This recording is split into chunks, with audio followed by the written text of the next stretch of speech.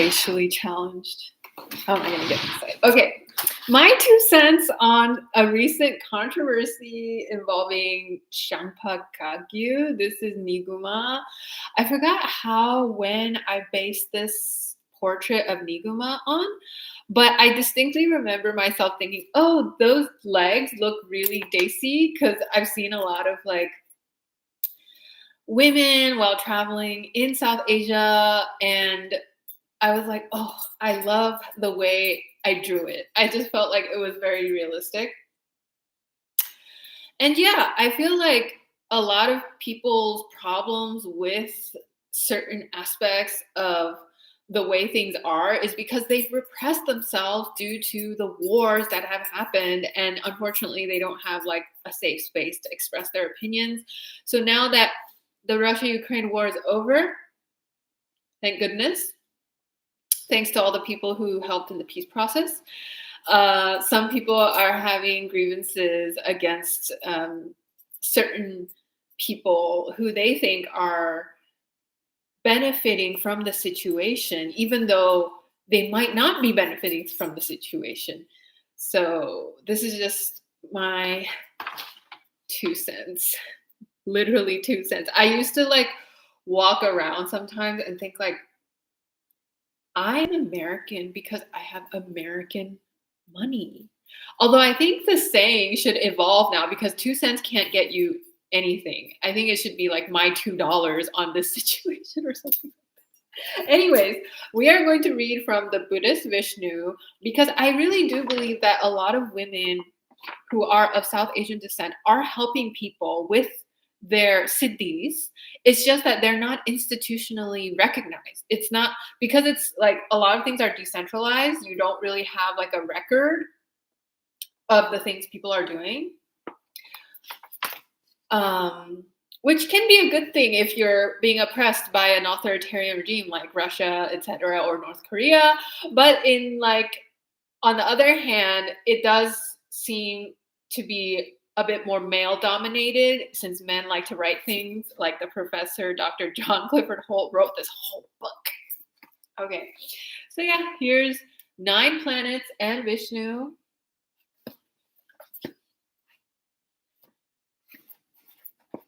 He has an account of Ms. Anuradhapura, who's a medium in Sri Lanka, and she actually had like a lot of visions involving sensitive subjects that I'm like very happy on Women's Day for her, that she could use her powers and benefit from them. It is my late mother-in-law who first awakened this power in me. She passed away 23 years ago. She was bedridden toward the end, and there was nobody else to care for her, though she had 7 sons. I am married to her youngest son, so I looked after her as best I could despite numerous difficulties. We were so poor then. We did not even have a proper house to live in. When it rained, water leaked in everywhere through the roof, and the whole hut was in a pool of water. The rain fell even on the bed where my mother-in-law was lying. I used to hang a piece of something plastic, like a canopy, above the bed to prevent her from getting wet, and collected the water in the bucket. Added to the financial problems, we lived from hand to mouth. I wrote here Sauteli Ma. Sauteli, I think, is Hindi for like through marriage, and like she's referring to her mother-in-law as her mom. We were short of food because this was the 1970s, when the whole country suffered from the lack of provisions. It was under these conditions that I had to look after her. I had only 2 changes of clothes to dress her. When she wetted herself, I would wrap the clean cloth around her and wash the dirty cloth. Then I would wrap the washed one around me so that it would dry sooner, especially during the rainy season. One day she wanted to drink a king coconut. There was no king coconut in the house, and there was no one to climb the tree to get one.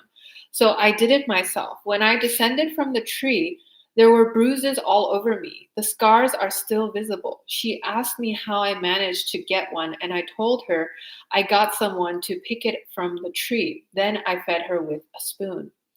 The following day, she wanted some milk. Again, there was no milk in the house, and I had only 10 cents with me. There was no milk in the house.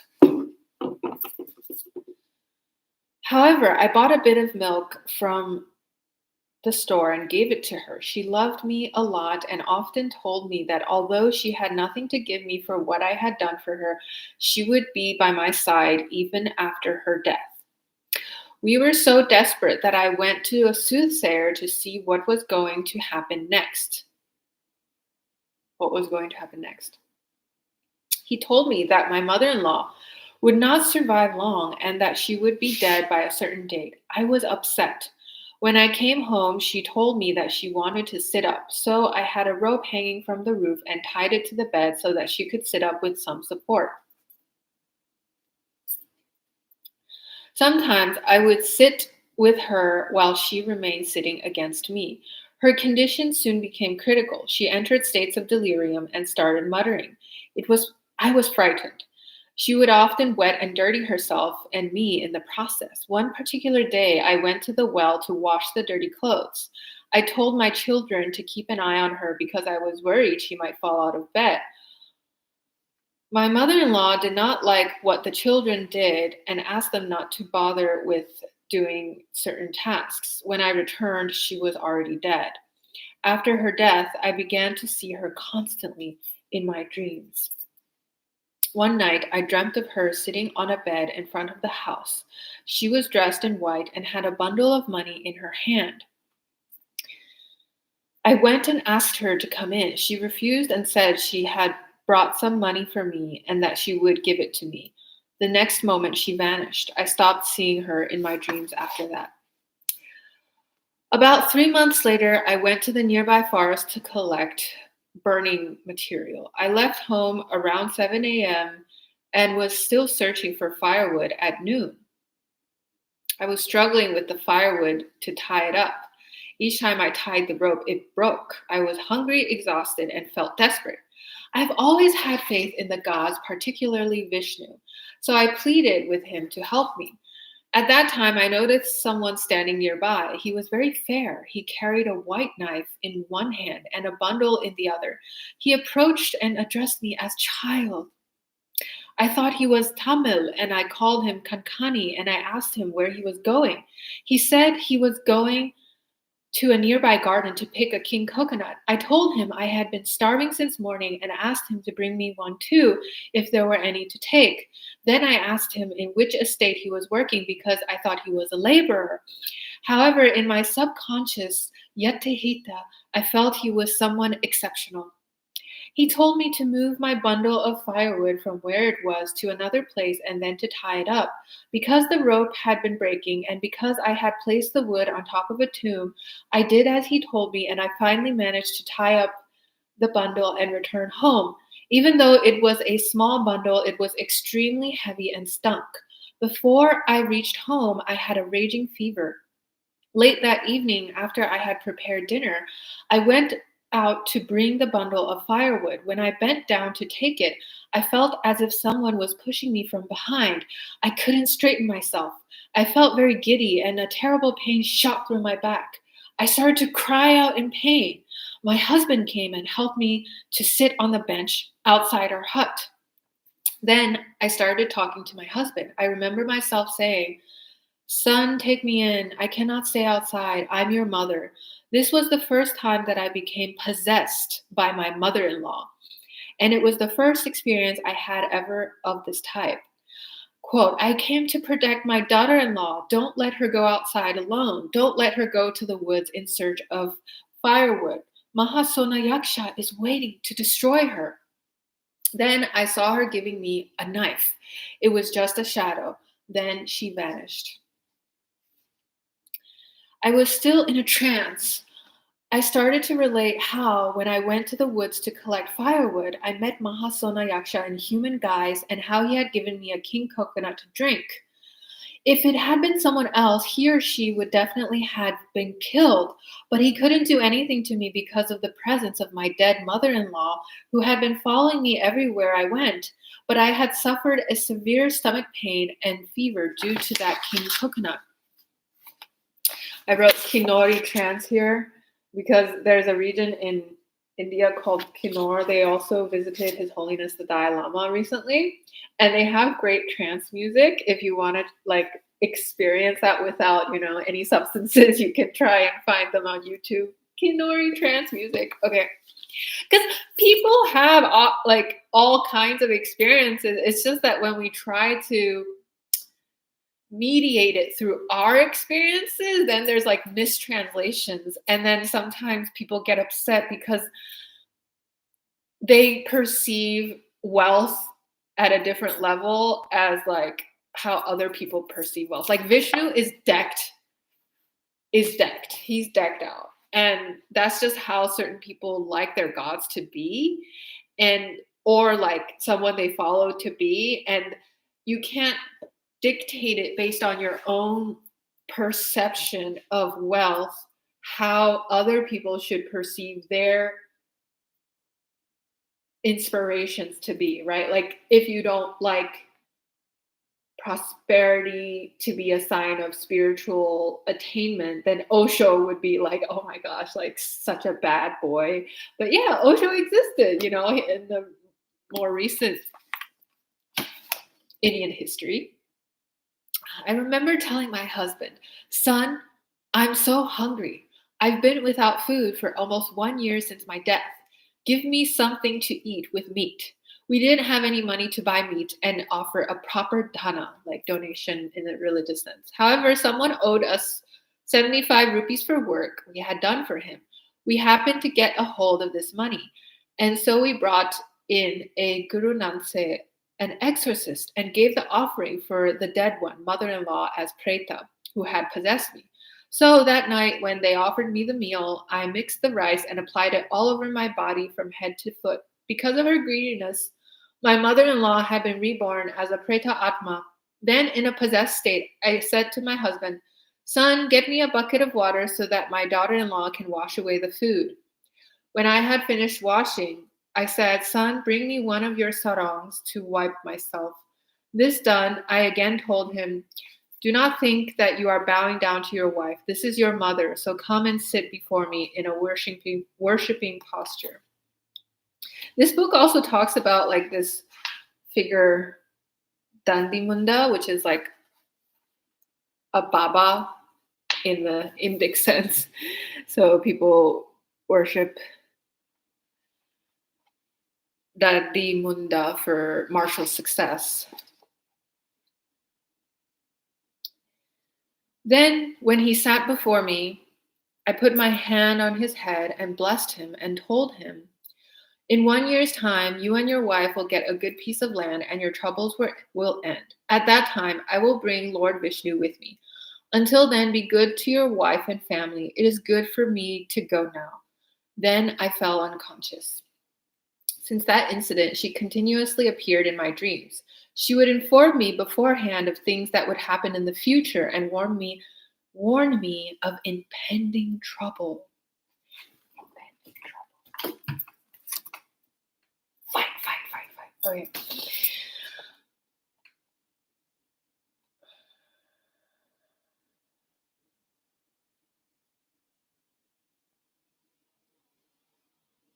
After about 1 year, we came to know the government was distributing land. In my mind, I wanted to have the same piece of land, and this is what happened. About a week later, we started to clear the land. My mother-in-law appeared in my dreams one night and gave me an auspicious time to lay the foundation for the house. We followed her instructions, and within 2 weeks, we had already laid the foundation. She asked us to chant the Karaniya Metta Sutta, which we did. Metta means compassion. Sutta means like sutra, like religious mantra.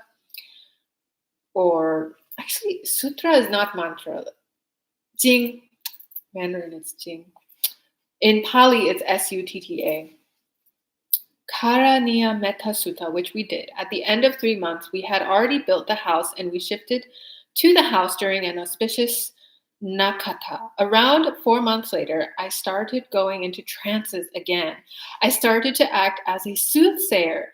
Many exorcists were brought, but no one could explain what or why this happened to me. I started predicting through the power of Vishnu. None of the Guru Nanses could stop this. I insisted that I be taken to Alutnuvara. No one took my request seriously. Alutnuvara was featured in the previous chapters of this book. Please support it if you have the means to.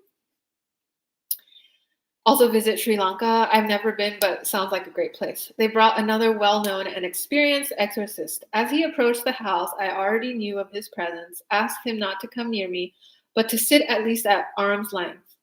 Then I asked him if he knew who I was. I offered to make some predictions about him, how he had gone into a Tovil house to perform a Tovil in Anuradhapura, where he had created a big hullabaloo.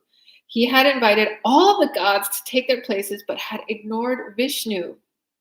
Thus, as a punishment, he was locked inside a room. Again, I asked him if he knew who I am. He said no. I asked him what color I am. Again, he didn't know. When I showed him a piece of blue cloth, after which I entered into a frenzied trance. I told him that I'm the powerful god Vishnu who protects the whole island. She means Sri Lanka. The Guru Nanse then replied, why the gods should be troubling this woman. Then I, Vishnu, as Vishnu possessing her, replied, I trouble her because no one listens to me and does what I ask you to do. The exorcist wanted to know what should be done. I said, I, Vishnu, need to go to Alutnuvara. This woman is gifted and has the power of Varama with the help of her late mother-in-law. To use this properly, she should go to Alutnuvara and get the blessings of that god, Alutnuvara Devio. It is so powerful that she can even walk on fire and do many extraordinary things, so take her there. Then I became seriously ill and many exorcists were solicited. I suffered from some sort of paralysis. It was Vishnu who made me fall ill because I was not doing what he had asked to be done, and the others were not listening to him. It was only when this well-known exorcist suggested that I be taken to Alutnuvara that the others consented to do so. To convince them of my power, I told them that I had acquired the ability to heal. The first time I did that was for the woman in our neighboring house who was very ill.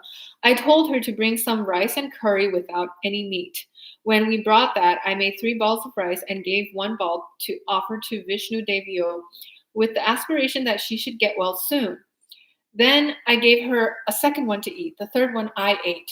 The next day she came and told me she felt better. This time I had asked her to bring a king coconut with a bit of sandalwood in it. I chanted something, I can't remember what, over it and gave it to her to drink. She began to feel even better. The third day I asked her to bring some coconut oil over which I chanted and told her to apply it all over her body. So at last we decided to go to Alutnuvara, although my family was still frightened at the prospect. We were asked by Vishnu to go in a vehicle. Vishnu told me not to worry and to set off on the journey after bathing for purification without stepping back into the house, and that I would find a vehicle. A group of 6 of us went. The sick woman from next door was also with us. I was asked to go without letting any males touch me even slightly. When we got into the bus, there was an empty seat for 2 where I sat with the sick woman and thus avoided any males. When we got into the second bus, the same thing happened. When we reached Alutnuvara, I climbed the flight of stairs by hopping on 1 foot. I was in a trance again when we went into the inner shrine, and the Kapu Mahataya demanded 500 rupees for the halamba. Meanwhile, the god Alutnuvara Devio Dadimunda revealed that I could obtain it only if I managed to visit Sakra Bhavana, Asura Bhavana, and Naga Bhavana. I was to collect 7 limes from the Naga Lokaya, get 7 mantras from Sakra Bhavana, and a sword from the Asura Bhavana, and then step into the Manusya Loka human world to heal people. Only if I accomplished this would I get the halamba and an oil lamp which I saw appearing in the blue sky. Then the inner shrine at Alutnuvara appeared to me as a paradise as I fulfilled these prerequisites. So the god granted me the varma and gave me the halamba. I saw my late mother-in-law standing beside me. Since I did not have 500 rupees, I got the halamba and oil lamp for 125 rupees. I brought them home, and since then I've had no problems, and I started curing people suffering from all kinds of diseases. I do not do this for money, but only to help the helpless. I also perform certain rituals like kavadi, putting fire into my mouth.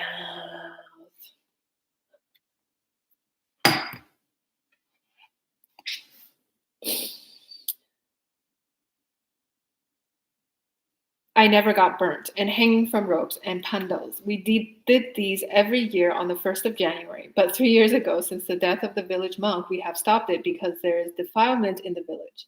I still have this power, but I do not perform these rituals very often now because I have a heart problem.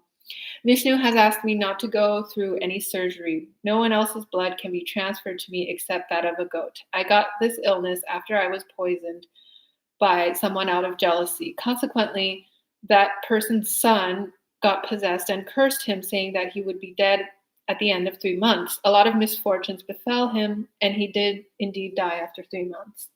Compared to previous times, my power has somewhat declined after I was poisoned.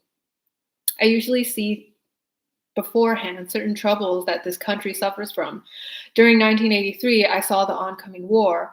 Vishnu was standing near the door side. I felt very upset when I saw an old man coming. I invited him in. Then he said he came to set fire to my bamboo forest. After a moment, a rowdy-looking person with a beacon came along and gave me a torch. The whole country was covered with bamboo trees. I set fire to it. Then I asked the old man to help me eliminate the fire. He said there would be a time for that. Then I saw a tiger emerging from the hole that I set fire to. It tried to jump onto me. Then it went back into the hole. Then the old man and the one who had brought the fire went away toward the west. I told my family that there would be a terrorist attack the next day, and there was one in Anuradhapura. Another time, while in trance, I saw Indira Gandhi.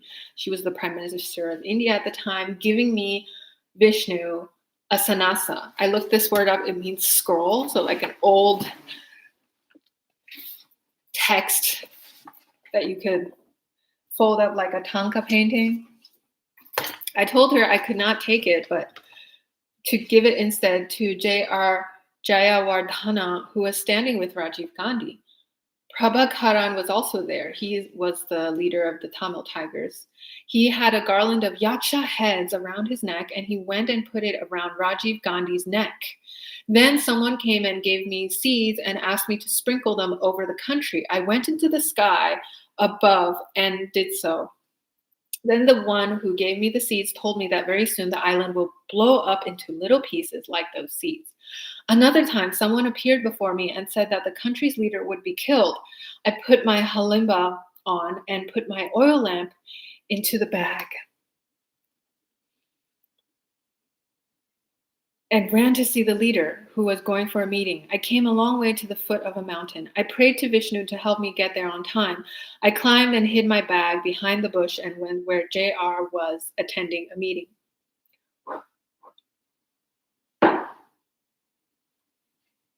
He was just arriving. I went to one of the policemen and told him what they are doing is wrong. Knowing that the leader was in danger, I went and stood behind him. Then I said that the enemy approaching, and at that moment there was a blast. This was the bomb blast in the parliament that I saw. I saw several battles between elephants, humans, lions, tigers, and a lot of other animals, and the death of elephants in the battle indicating the death of Premadasa. Then I saw an emerging female hand, but there was fire beneath the hand. So I said there was going to be a woman leader, but a lot of trouble. I do not have these visions anymore because I was not supposed to discuss them with others, something which I did. I see all these things in my dreams. It was through God, Vishnu's power, that I work. I'm not supposed to do hard physical work. I should meditate a lot and follow the 5 moral precepts and other religious teachings of the path. For 17 years, my husband and I have not lived as man and wife, even though he is my husband. I do not eat meat. No one else can use my belongings. God Vishnu is born out of fire, not by the union of man and woman. Since I am devoted to this God, I cannot live with my husband. Hence, Vishnu is very powerful and he does not easily grant any varama to anyone. Only a person with a lot of merit can hope to get it. It is even more difficult for women to obtain it. There are several Vishnus, Mahavishnu, Sri Vishnu, Demala Vishnu, etc. Among them, Mahavishnu is the one responsible for protection of the sasana. Every god appears in 12 forms. Because Vishnu was born out of fire, he likes fire. Hence, when I am in trance, I can do anything with fire without getting burnt. I like blue very much. Hence, from the time I was small, I would always wear something blue. I also work through Kali, Jai Ma Kali. When I wear red, when I work with Kali. It is Vishnu who has given me the Varama, and he sometimes gets his work done through Kali. That is why I get possessed by Kali sometimes. When I was very small, I saw an image of Vishnu in the village temple. I did not know who it was then. I went and kissed the feet of the image. My mother told me not to do so and that it was God Vishnu. That was when I started to believe in him. Every year during the 3rd week of January, I, when possessed, attend Deva Samaghama meetings. When we go there, Vishnu asks if we have killed beings, if we have done meritorious activities, if we have sinned, if we have been charitable, how much we have earned. The Samagamas are held separately for men and women. That is the end of the quotation. And it is told to Dr. John Clifford Holt. Please support this publication. Thank you so much for watching. Bye.